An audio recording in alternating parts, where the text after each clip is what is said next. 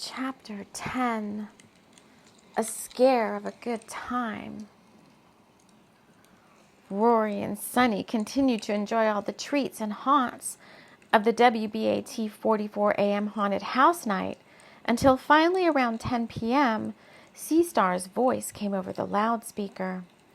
"It's so good for you to have joined us tonight.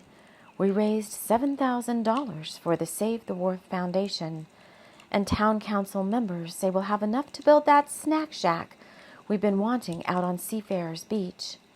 Thank you, everyone, for your generosity, and I bid you a fond goodbye for now." Seastar put "Don't Fear the Reaper" on the hi-fi and stepped out from behind the mic to join in on the fun. Townspeople began clearing up their spaces, food trucks pulled in their wares, and those making the trip out past the moors and home made ready for the foggy journey ahead. Meanwhile, Sunny had been taken off track a little by the table set up just outside the chai house. Polly Williker sat with Scratchy by her side as Polly held the hand of Giuseppe Vertucci, our young Italian expat. "But she loves me, I just know it." Giuseppe, whose friends called him Il Bacio in Italian, pulled his hand away from Polly.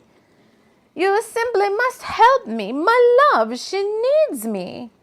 "Sir," Polly said curtly, and then suddenly went into a trance state. "Stir a little potion, and I'll make this all right. A wisp of her hair, and her love will take flight. A prick of her blood, and she'll love you like crazy. But forewarn you I must, since love magic is—" Polly steadied herself. Oh dear," she said, wiping her forehead with her hand.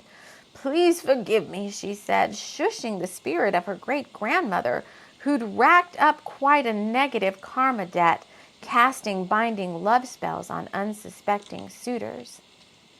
She continued as Giuseppe made the sign of the cross with his fingers. "The best way to win her heart is to be yourself. If she doesn't love you for who you are, then no spell will ever be enough." Giuseppe, dissatisfied with the answer, but willing to consider his possibilities, placed a sum in the tip jar and headed back to close up the pasta-in-your-face food truck for the drive home to Tessa Lock. Sunny walked up to Polly. "Have time for one more reading?" I have to switch our sounds. I don't know, the way it sounds like static in the background. "Have time for one more reading, Polly?" She smiled at the older woman. "For you, my dear," Polly smiled with delicious appreciation. "The sky's the limit, and my reading will only tell you that you will get everything you want." Chapter 11. A Whale Beaches at Seafarers Cove. Polly wrapped up her readings and moved the table, chair, and salt lamp back inside the chai house. It was time to head home and hang out with Scratchy over a late dinner.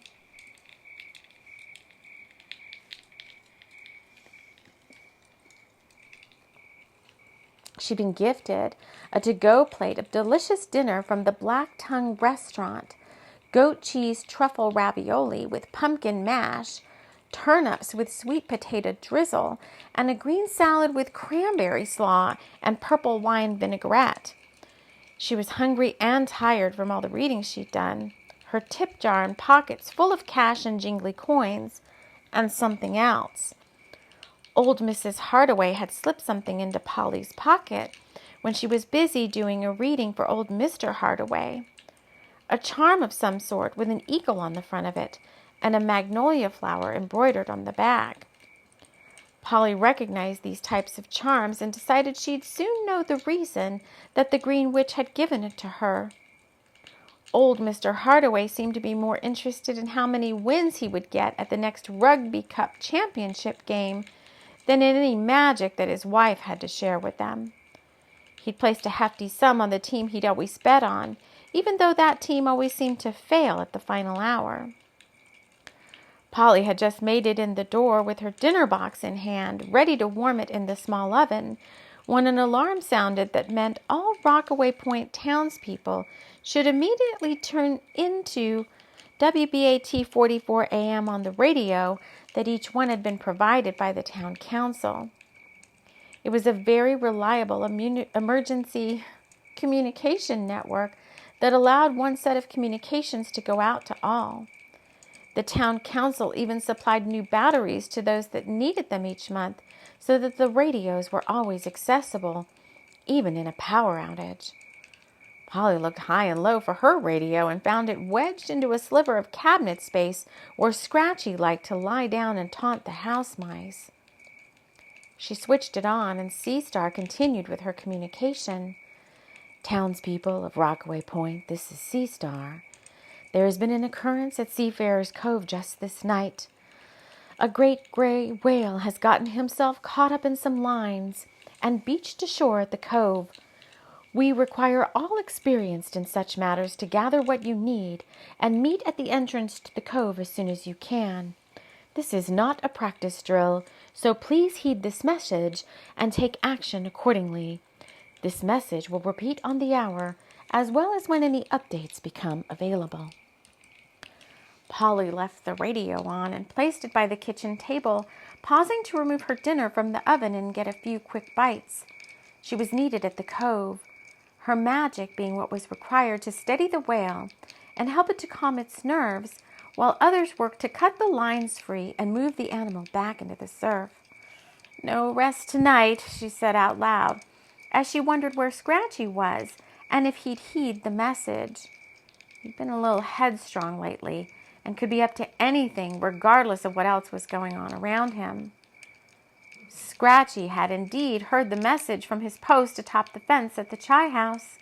He'd been watching Mrs. O'Malley's house cat Ferg clean her paws just out of Scratchy's reach and then taunt him by eating a whole herring tart, licking her mouth and then winking at him. Was that a wink? Scratchy thought. This cat had vexed him for too long now. He couldn't, or more rightly, wouldn't reveal himself to Polly just yet. But that didn't mean an old cat couldn't have some new tricks.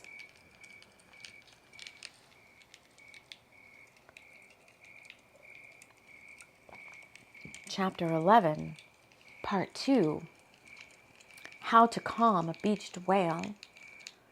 Polly bundled up against the fog that had gathered around the harbor as she walked swiftly from her cottage to Seafarer's Cove.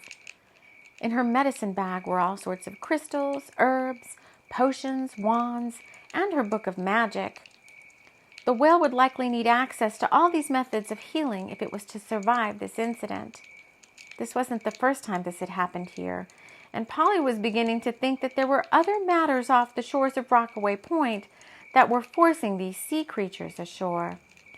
She mentally noted to bring this up at the next Spectre and Book Coven meeting, recalling that it was her turn to host the gathering. She reached the cove and noticed many of the town's citizens were already in motion to steady the whale. Miranda from the Chai House and her friend Abby were using long hoses to keep the whale moist. Mr. Hardaway had brought his old radio and was playing the rugby game on it while simultaneously using his flute to play a soothing song. When Polly got closer, she could sense the whale was pretty calm, although worried about another animal it had become separated from. Not a baby, but a mate. The whale told Polly with its mind that it had become confused by a sort of siren song coming from somewhere out past the breakers. The song had been so beguiling, and the whale and her mate had wanted to follow it, but the mate had gotten taken off course by the scent of a great lot of krill, and this whale had simply floated along to the sound of the siren song, coming into contact with some errant lines left in the water by the fishing boats. This led to that, and so on, until it told Polly it had come ashore and was too caught up in these lines to break free. Several of the townsfolk had taken to carefully cutting the lines away from the whale, while Polly started her magic to calm the whale and keep it company. It didn't seem too distressed, only longing to get back to its mate and off this sandy beach. Everyone around was doing their job. Larimar and Billy Tavish had set up a table and were making hot teas for everyone. And Clark Witherspoon, who'd been standing by in case anyone needed advice about whales, was told by the mayor that this would all end very soon. The truck they always used with the wenches was standing by, and it would take that and all the townspeople pushing and shoving to assist the whale back into the water. Albie Chalmers had been in town for a dinner with friends and had started to help others dig a trench in the sand as a little sort of launch they could use to more easily move the whale off the sand and into the water. Offshore, a huge splash was heard as the whale told Polly that her mate was close by. She wanted to get back on track with him as soon as she could. Polly assured her the process was nearly there and to hold out just a bit longer. The whale sighed and tried to relax as everyone bustled about, doing their jobs to free this giant friend.